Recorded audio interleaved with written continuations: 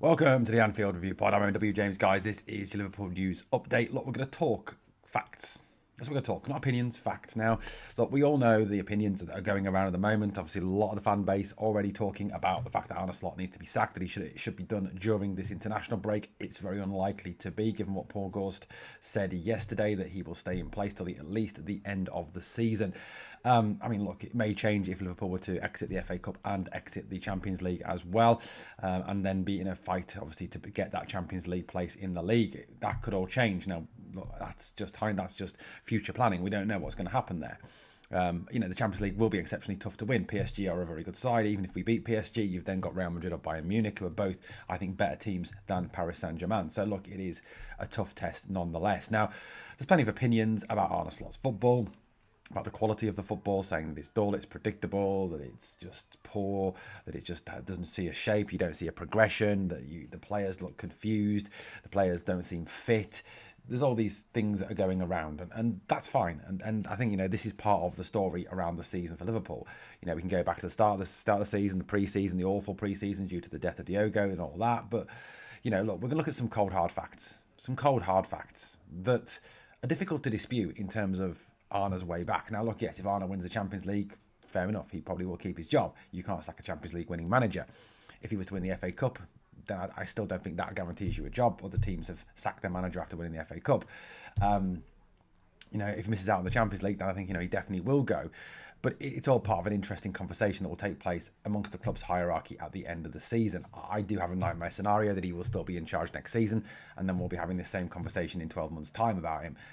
I can't see anything changing. It would take a fundamental shift in Arne Slot's philosophy and management technique, I think, for him to turn it around at the club, with the fans and with the players as well. I think there is a growing apathy and a growing dislike of the manager from the players as well. That's just an opinion. But let's look at some facts. So these are cold, hard facts based on results this season. So Arne Slot has set these records, unwanted records. And when you start setting unwanted records, bad records in most fields of life, not just football, you don't tend to last long as a leader in that industry.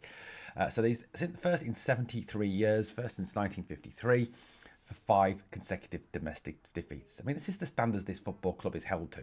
Like I said, that's the first time in 73 years. It's not like it's a common occurrence that happens with a lot of football clubs. Even Manchester United have suffered worse results and records than this in recent times since Sir Alex Ferguson left Manchester United. This shows you the standards this football club, Liverpool, is held to. And even through those dark times of Roy Hodgson, Brendan Rodgers, and even bad moments under Roy Evans, you can talk about all those elements, but it never got that bad. 5 consecutive domestic defeats. First time since 1965 that we've suffered back-to-back Premier League defeats by 3 or more goals. Like I said, this shows you the standards that are expected at this football club and that need to be maintained at this football club. First time since 1953, we've had 3 straight losses in all competitions by 3 or more goals in each game. Again, very, very poor. First time in over 100 years that we've lost 6 of 7 league games. That's awful. That is pretty bad. In over 100 years, even through the bad times, we've never lost 6 of 7 league games, even as bad as it got under Hodgson. First since 1934, we lost a cup domestic match at Anfield by 3 or more goals without replying in that game. First since 1934. That's awful. That is just incredible. Club record, conceded 3+ stoppage time winners in 1 Premier League season, extended to 5 injury time goals, costing us league points. Again, I think this is part of the overall narrative around the tiredness, around the lack of training, around the lack of physicality that Arne Slot brings to this team, and the real lack of basic levels of fitness, as we've seen with Fede Chiesa and Alexis McAllister, both have been returned by their national teams, saying they're basically just not fit enough to play football. He's the first single manager since 2014 to 2015 to lose 10+ Premier League defeats in a season. Pretty bad. Now, if you look at the 10 games that we've lost this season, whilst you could perhaps make excuses around Manchester City, obviously the Pep Guardiola Manchester City, they're not the Manchester City they once were. They're not the Manchester City of dominance that they once were. The Manchester United defeat, I know we often have lost games to Manchester United. It is a rivalry. It is a major game. They get up for it, etc. But that was an Amorim United. It's not the new resurgent United. That was Ruben Amorim's Manchester United. We lost to Palace, a team we do seem to have problems with. We lost away at Chelsea 2-1, a game that we never should have lost, and the Arne Slot substitutions basically cost us that game. We then lose to Brentford, again a team we should not be losing to. 3-0 at home to Forest, a Forest team that were in the relegation places when we lost to them. 3-2 to Bournemouth, a team that were on a really bad run of form at that point in time.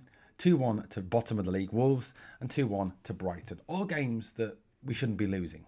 You know, yeah, I know you go through seasons losing games. Don't get me wrong. You know, like I said, you can excuse the Man City games. I mean, the odd game in there. But some of those games, the Wolves game, for instance, the Forest game, there's no way we should be losing those games under any stretch of the imagination. Not a chance, realistically, to teams in the relegation zone. With the team we've got at home, you should not be losing to Forest. It should just not be happening.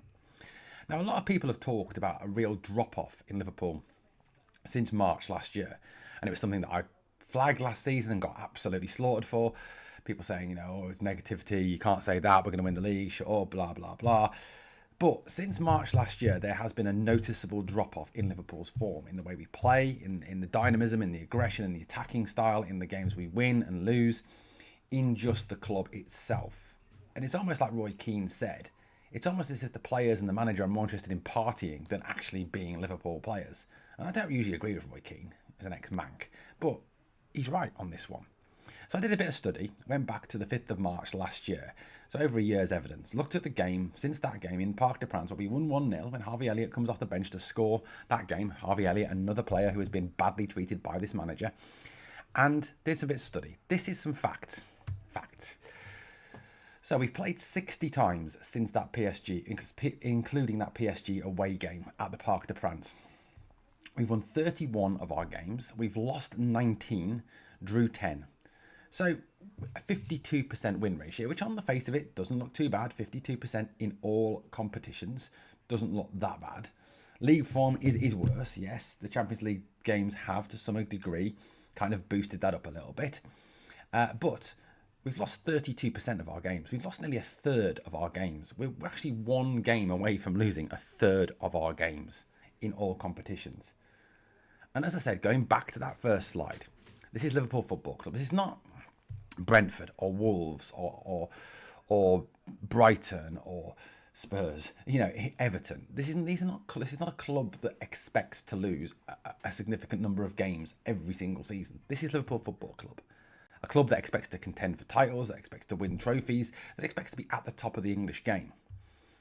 And to have lost 32% of our games, and only won 52% of our games in that time, is wholly unacceptable. It is an appalling record. And like I said, these are stats, facts. These are ones that you're going to say, that's your opinion, you know, and we all have different opinions on the game. Of course we do. These are the stats behind what is happening at our football club. Guys, love to know your thoughts on this. Honestly, love to know your thoughts on this. You know, I honestly think that barring a Champions League win and a major change in philosophy from the manager, there is literally no way back for this manager now. He will go in the summer, has to go in the summer. If he doesn't, then FSG are just bottling up and storing up more problems for the long run for this club. It's not looking great, is it? Thank you for watching, guys. If you enjoyed the content, please like, comment, share, and subscribe, and let me know what you think in the comments. Thanks for watching, guys. Catch you soon.